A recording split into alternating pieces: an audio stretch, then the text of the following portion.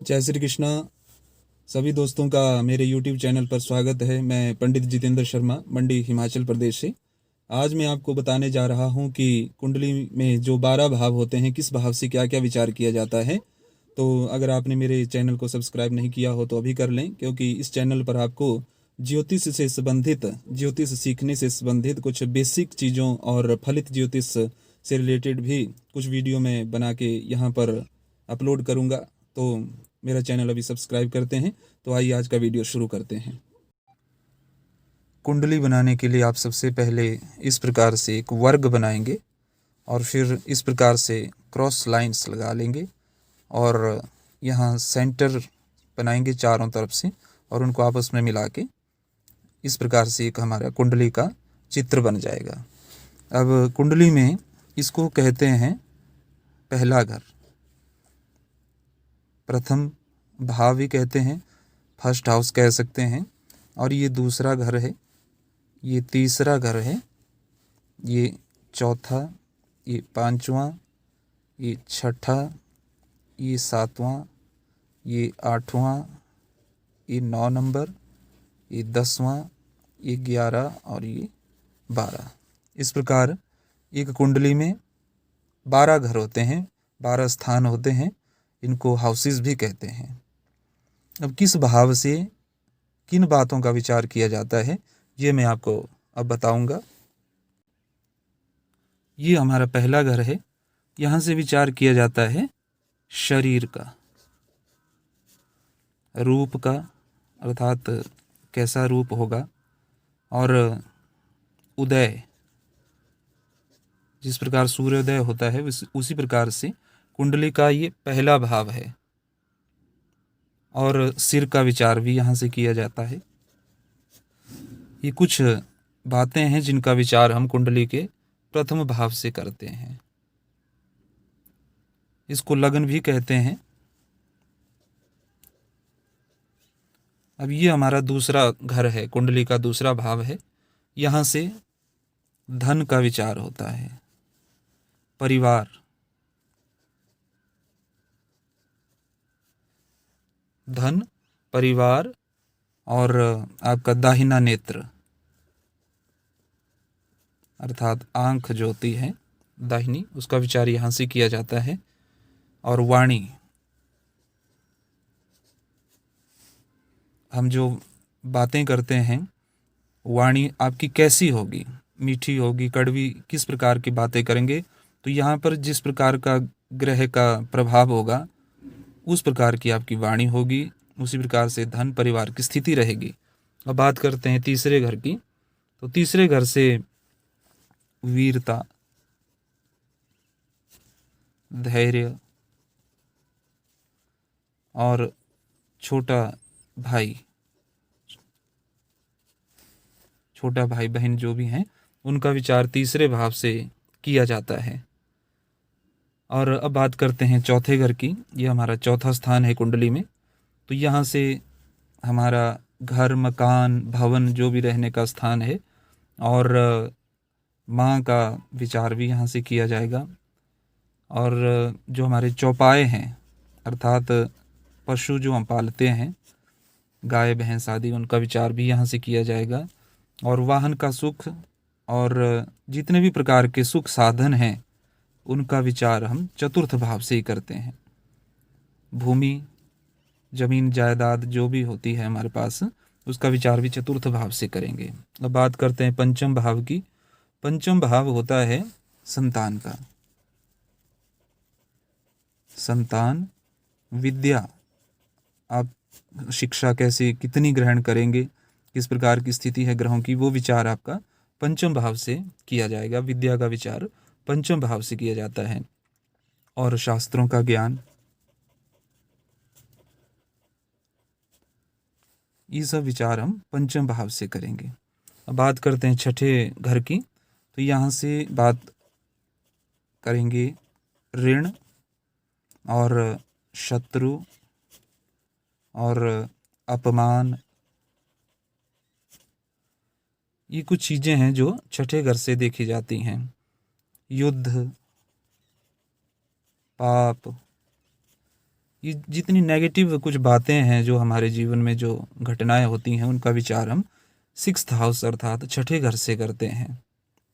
बात करते हैं 7वें घर की। ये घर होता है जीवन साथी का,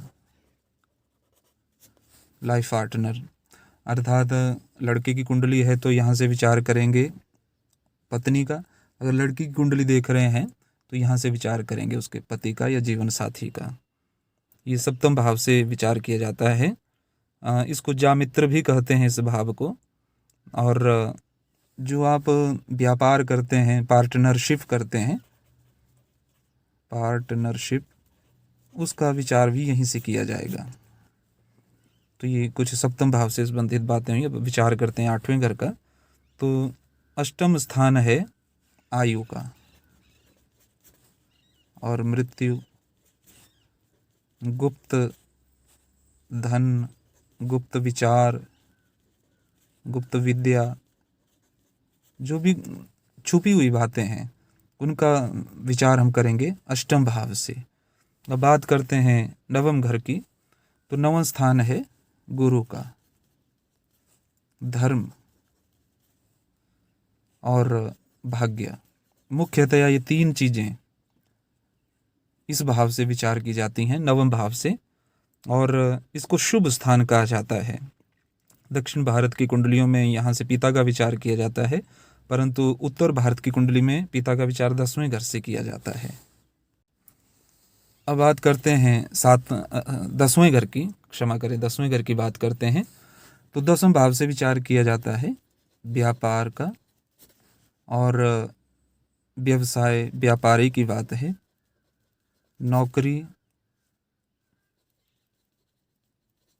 और आजीविका और राजयोग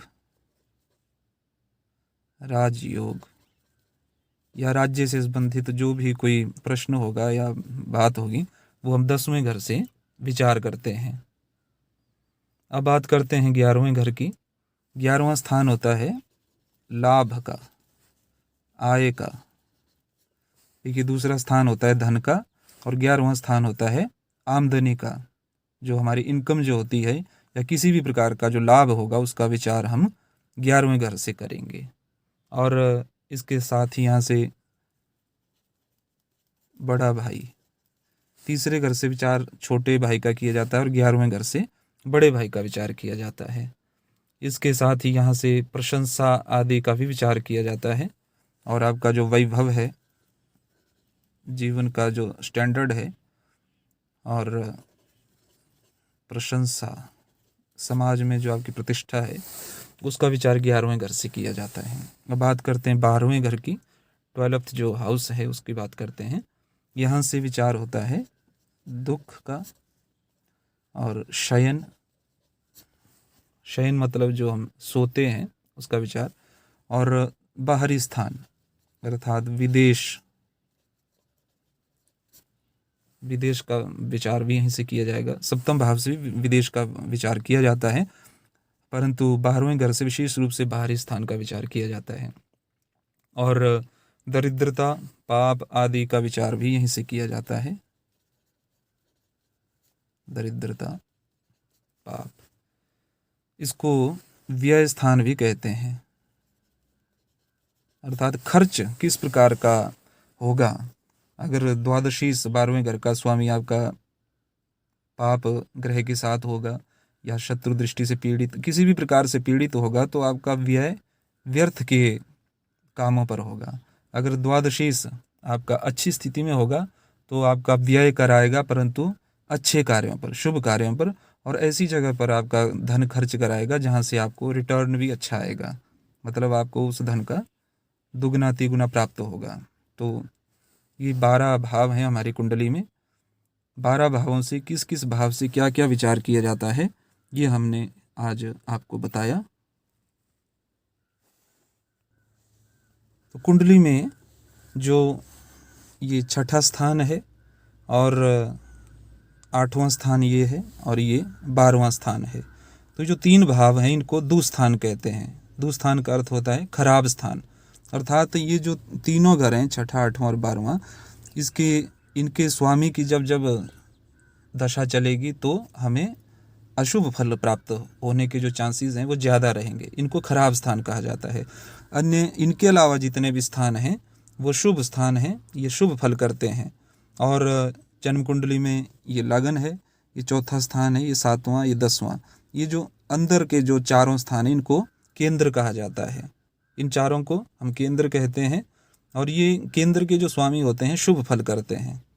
परंतु फलित ज्योतिष में अगर बात करें तो ये जो केंद्र हैं इनके स्वामी अगर शुभ ग्रह होते हैं, जैसे बृहस्पति, चंद्र, शुक्र आदि जो शुभ ग्रह हैं, वे शुभ फल करने में थोड़े उदासीन रहते हैं, मतलब कम शुभ फल प्रदान करते हैं।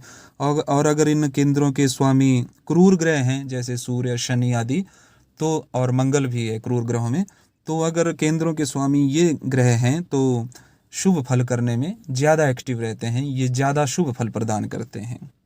तो आशा करते हैं कि आपको ये 12 जो भाव हैं इनके संबंधित में जो आपको जानकारी दी उससे आप लाभान्वित होंगे। फिर अगले वीडियो में आपसे बात करेंगे। अगर आपने मेरे चैनल को सब्सक्राइब नहीं किया है तो अभी सब्सक्राइब कर लें, क्योंकि मैं अपने चैनल पर इसी प्रकार से ज्योतिष सीखने से संबंधित वीडियो लाता रहूँगा। जय श्री कृष्ण।